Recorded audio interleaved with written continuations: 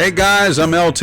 And I'm Dan. And welcome to BHK Outdoors, your beacon for all things outdoors. So grab a cup of coffee. Or chugga. And for the next 30 minutes, let's get out there. If you have any questions or show ideas for Dan and I, you can email us at radio@bhkoutdoors.com.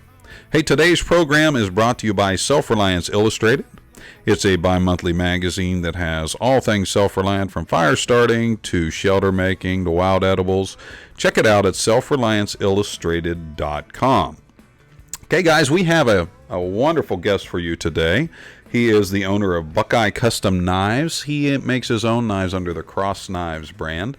His name is Pete Winkler. He is a fellow Ohioan, or Ohioan, I guess you would say, Dan? I guess you're on your own. I don't talk like that from where I come from. Let's just make it simple. He's from Ohio, or he now resides in Ohio. So we're going to talk to him about knives, knife making, and all things that kind of got him interested in the knife industry, and just general discussion with another guy right here from the state of Ohio. As always, thanks for being a part of the show today, guys, and we're going to get right into the show and welcome our guest, Pete Winkler. How are you doing today, sir? I'm doing real good, LT. Real good, Dan. Good to hear your voices today. It's good to have you on. It's great to be on your program.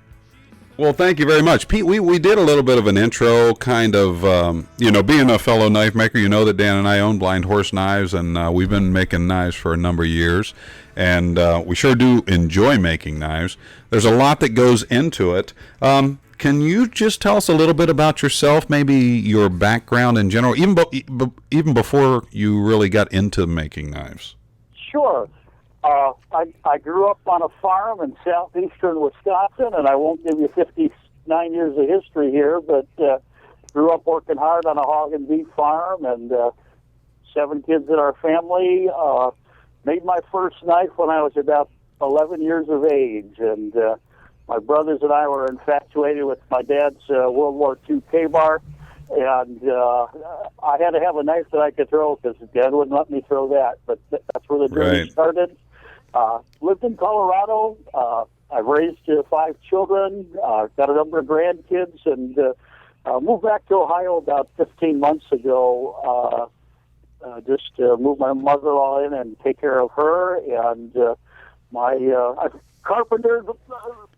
Since the late 70s, I've carpentered. I've also been a pastor for about 30 years, and have done actually both of those trades, and started making knives as a hobby about 4 years ago on a serious level, LT and Dan. So it's been a great journey to go from there to where I am today. That's wonderful, man. That sounds like a great time. When you started making knives, you said you made your first knife at 11 because you didn't want to throw your father's K-bar.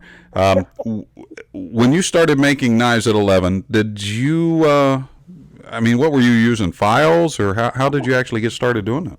Well, what I did was, my dad had some cold bar stock, so I used files to make the bar stock. It was my first stock removal, literally by hand on the milk house steps, and I filed an edge on it, a point on it, and then I took rope and made a handle, and then I wrapped the old time.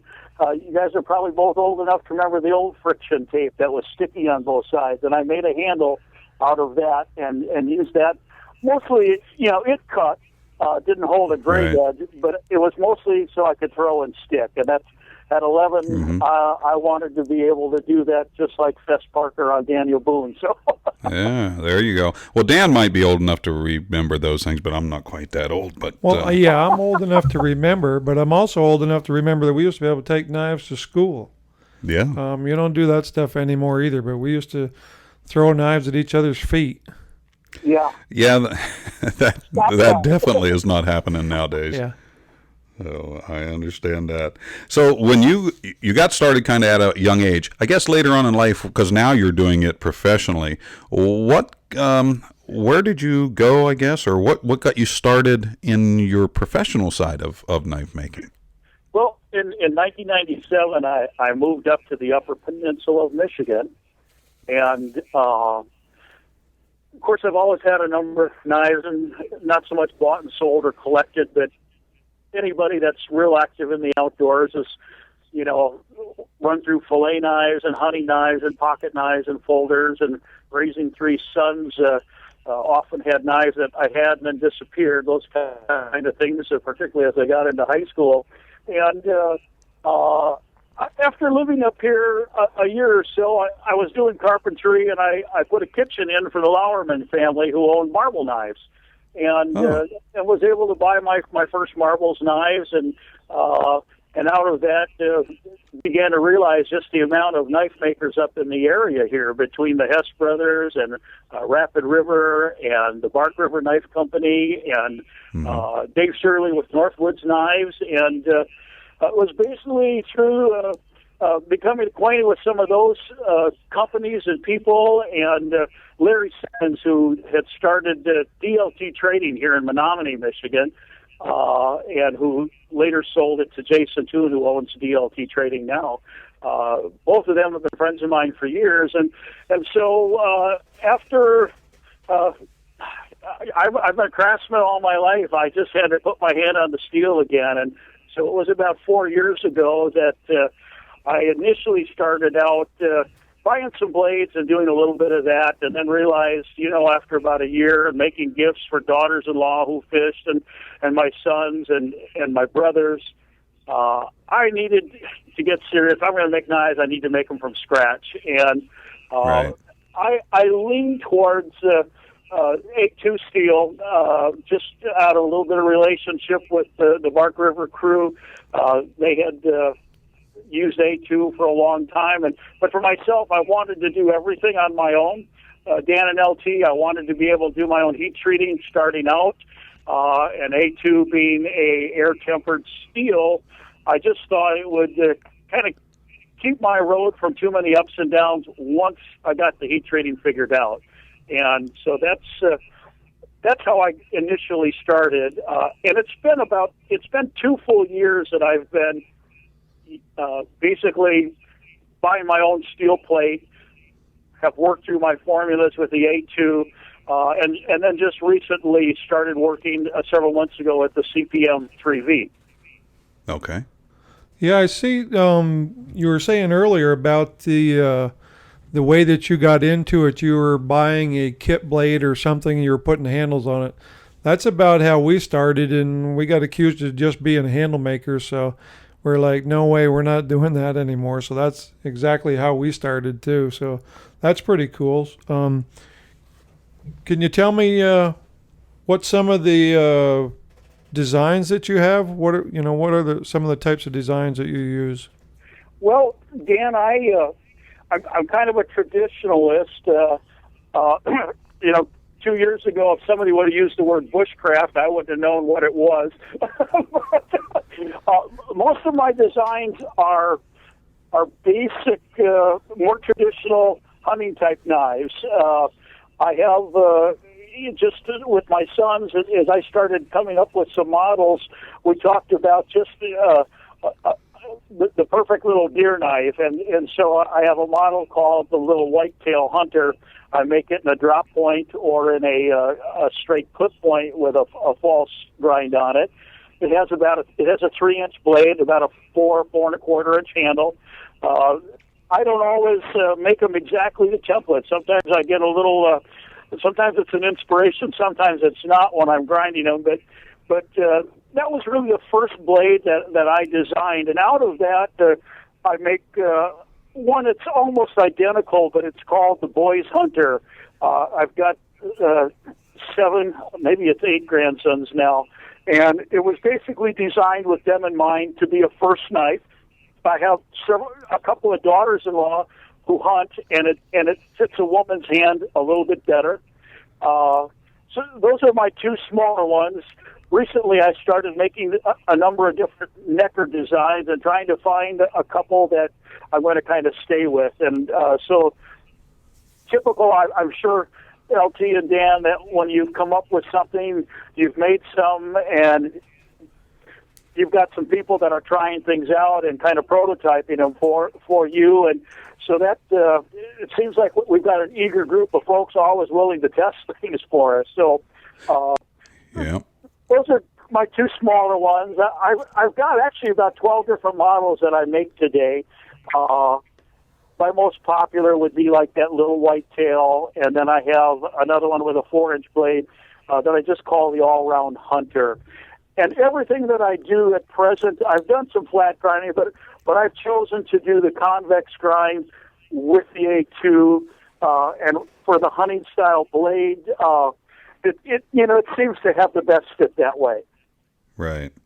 Well, Pete, Mikey's given us we need to go to commercial signal, so we're going to take a short break, and we're going to be right back here with Pete Winkler from Buckeye Knives. And if you'd like to talk to Pete, check him out at buckeyeknives@yahoo.com. That's buckeyeknives@yahoo.com. Drop him an email, and I'm sure he'd be glad to talk to you. We're going to be right back in just a moment, so stand by. Hey guys, this is Dan from Blind Horse Knives. And he's here today to tell you about the knife company that we own and how cool it is to be an American-made Ohio knife company. Isn't that what you wanted to say, Dan? It's something like that. Okay, so just to save him the trouble, guys, would you just go to blindhorseknives.com and check us out? That's blindhorseknives.com, where you can get an American-made, not only an American-made, but an Ohio-made knife. blindhorseknives.com. Thanks for stopping by. I hate those words. And we're back with Pete Winkler from Buckeye Custom Knives. Pete, before we went to break, we were talking a little bit about the steels that you use. One of the things that Dan and I always run into when we do talk to people at shows and stuff is sometimes they don't really understand what O1 steel is or D2 steel is. You alluded to the fact that you used A2 and CPM steels. Could you kind of elaborate on those two a little bit? And what are the reasons you chose those steels and what advantages and disadvantages that you have with them? Sure, LT. When I started desiring to make knives and use and craft it from steel, I wasn't in a position to begin to forge, and so I started to use a stock removal method, and I chose A2 just basically for the reasons that it's something that I could heat treat in-house myself without sending it away, and knew that it would be a little bit of a learning curve getting to the place to where it was consistent. Part of that involved being able to buy an oven that was designed to do that, getting a hardness tester, and so forth. Uh-huh. But I chose the A2.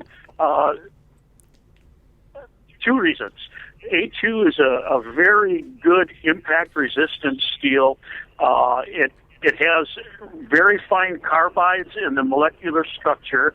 If it's heat-treated properly, less prone to chip on impact, or perhaps if you're dressing a big game or small game animal, less probability of any kind of a chipping out on it. It has good edge retention. There are steels. D2 has a better edge retention with it. And the A2, I do convex grind on my blades and provide a leather strop with each knife. And they freshen up real good with that. There's a point in time, of course, with every knife blade just about, where it needs to be, the edge needs to be reprofiled. Recently, I started working with the CPM 3V, as we had talked earlier. CPM steel is the manufacturing process that Crucible uses with that. My understanding, what I've read about it anyway, they take that molten steel and they blast it through a nozzle, so it's very fine particles under pressure being forced into the mold, which there's a mix of the alloys and the finished product, along with the composition, the extra vanadium in the 3V, makes an incredibly tough knife steel. The 3V steel is at about 3 to 4 times more impact resistance than A2. A2 is an incredibly impact resistant steel, but the CPM 3V much more so, and its edge retention is even greater than that compared to, say, A2. The CPM 3V has a higher chrome content, normally 7 to 8% chrome in it. It also isn't a stainless steel, but a tool steel. I believe, fellas, isn't it like 12 or 13% required to be a stainless steel? Yeah, I think it is right around 13, because sometimes I think even D2 you can get up to 11 and maybe just on the low side of 12 for that as well. Well, hey, we're going to take another short break, and we're going to be back here to talk with Pete Winkler. We got a lot to talk to him about making knives today. So we'll be back in just a moment. So we'll see you in a sec. Hey, guys, it's LT. And I'm Dan. And we're with Blind Horse Knives. Hey, Dan, what's your favorite knife? My favorite knife's a Woodsman Pro. Woodsman Pro. Yes. Well, why do you like that one? Because it's big enough to do wood chores and dressing game and things like that. Wow. So Woodsman Pro. Guys, the best place to check them out is blindhorseknives.com. That's the Woodsman Pro. Check it out on the Knives for Sale page at blindhorseknives.com. Self Reliance Illustrated. Teaching our youth and passing on the tribal knowledge. A bi-monthly magazine that you can check out online. They have articles on shelter, water, food, prepping, just general outdoor stuff. What do you think of that one, Dan? Oh, this thing is awesome. When you look at some of these things in this magazine, you are going to have a ball. So that's Self Reliance Illustrated. Where can we find it? www.selfrelianceillustrated.com. And we're back with Pete Winkler from Buckeye Custom Knives. Hey guys, if you want to check out his website, it is www.buckeyecustomknives.com. Okay, Pete, thanks again for being a guest with us today. And Dan, I think you got some questions you want to check into. Yeah, Pete, I'd like to ask you, you were talking about you're doing a convex grind on a lot of your knives. Can you explain to the listeners, please, a little bit about the different grinds and the uses for those grinds? Sure.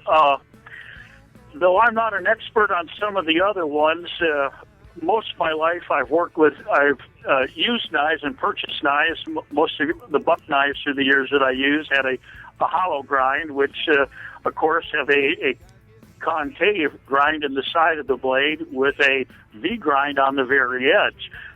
Depending on the type of steel, that edge oftentimes holds a very long time. Sometimes the average person has trouble renewing that edge with the hollow type grind, putting that V back consistently. They've got a number of different hand type grind rods and steels that can be purchased today, to make that edge exact, and good market for those tools too. But flat grind, I've done some cutlery with the flat grind.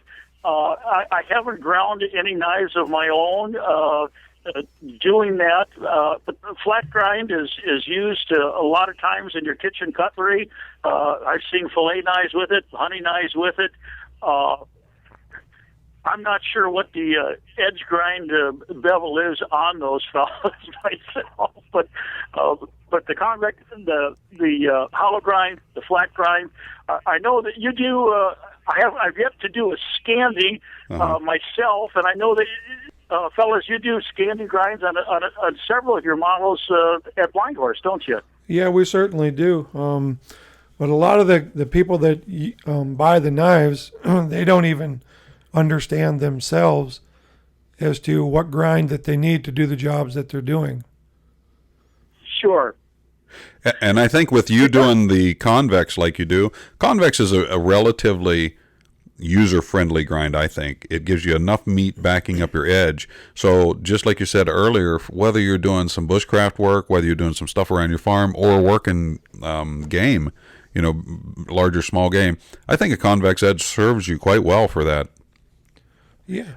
Well, I think it does too. And I recently designed a bushcraft knife similar to many of them that are out there today, with a 4-inch blade and a spear point, and opted to put the convex grind on that. I had thought about doing it with a Scandi, and I thought, well, doing the convex, the CPM3 V steel is it's a tough steel, a little harder to get a polish on, and I tend to put kind of a satin finish on anyway. But I'm going to do some stuff this summer with the Scandi, just to try my hand at it and do it. There's also I don't know if you fellas make anything with a chisel grind at all. Something else I've played a little bit with, but I haven't produced anything or sold anything with that type of grind. Yeah, I have seen them. We haven't really messed with it too much. I think we probably made a couple prototypes just to play with. But as a general rule, I don't think that we've been using a lot of them. As far as the grinds and everything go, when you start putting the handles on the knives, okay, so let's say you established you're going to do these few grinds that you like. What do you like in handle material? Are you more apt to use the natural woods, antlers and stuff, or do you go for more of the micartas and the man-made stuff? I like natural woods and stabilized woods myself. I've been buying desert ironwood from a customer down in Arizona, and I use a lot of it.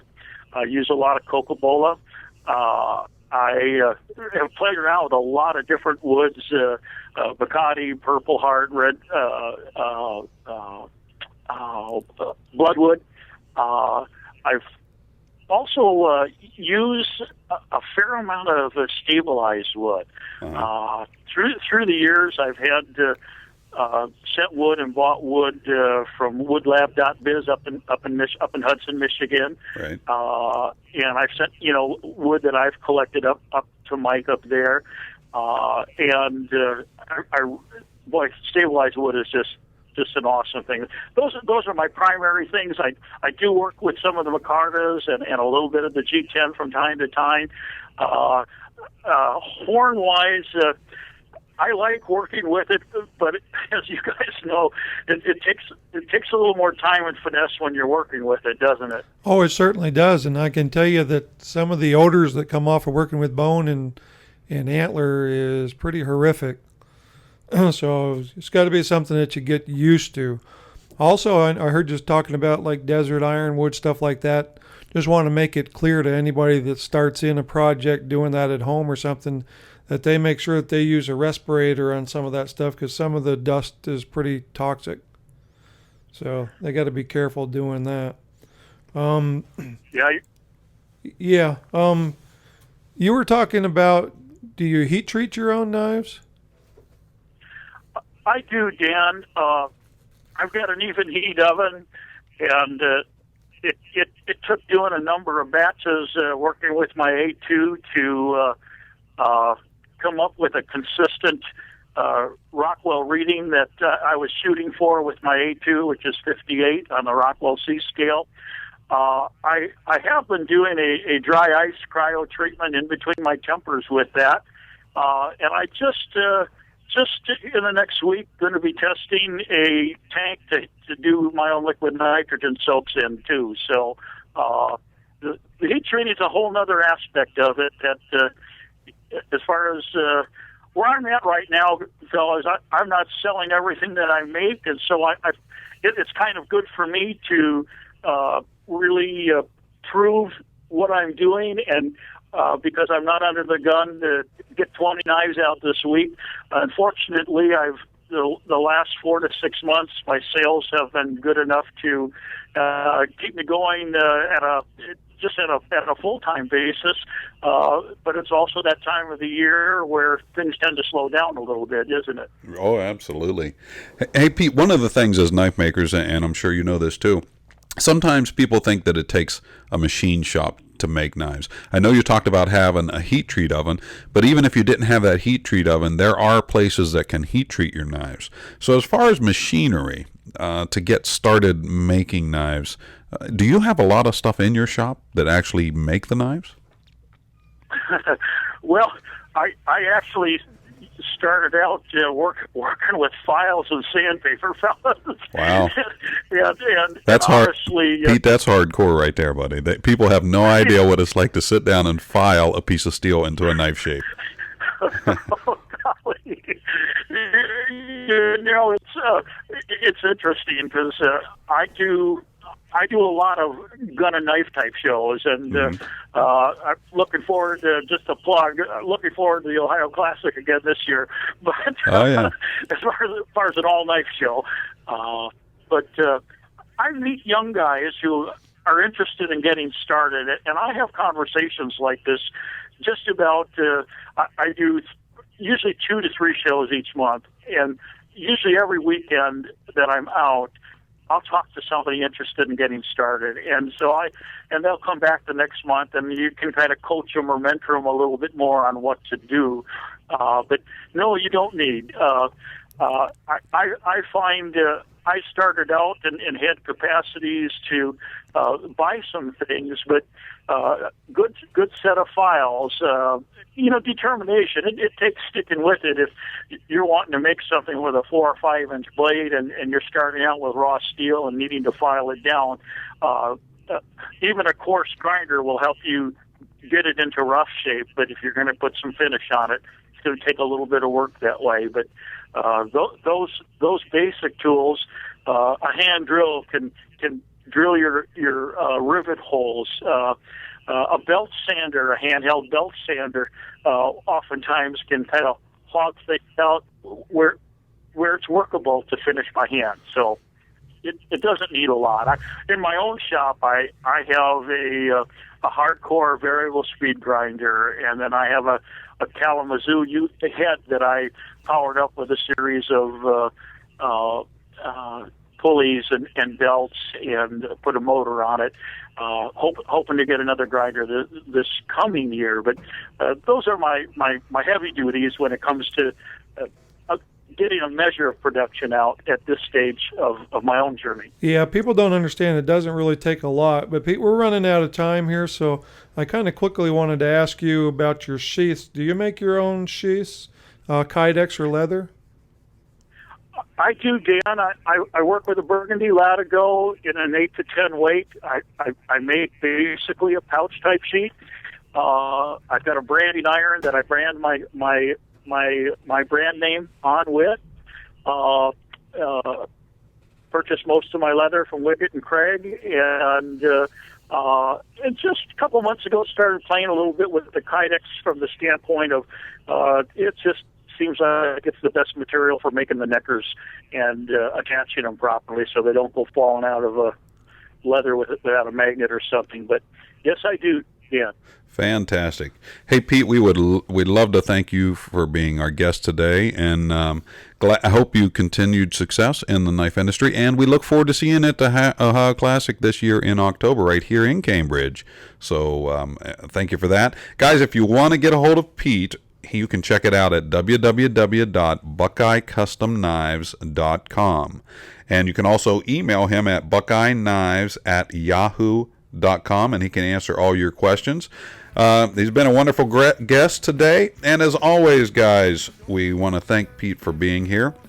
For the very latest, please be sure to like our BHK Outdoors Facebook page, or you can follow us on Twitter. If you have any questions or show ideas for Dan and I, again, you can reach us at, or email us at radio@bhkoutdoors.com.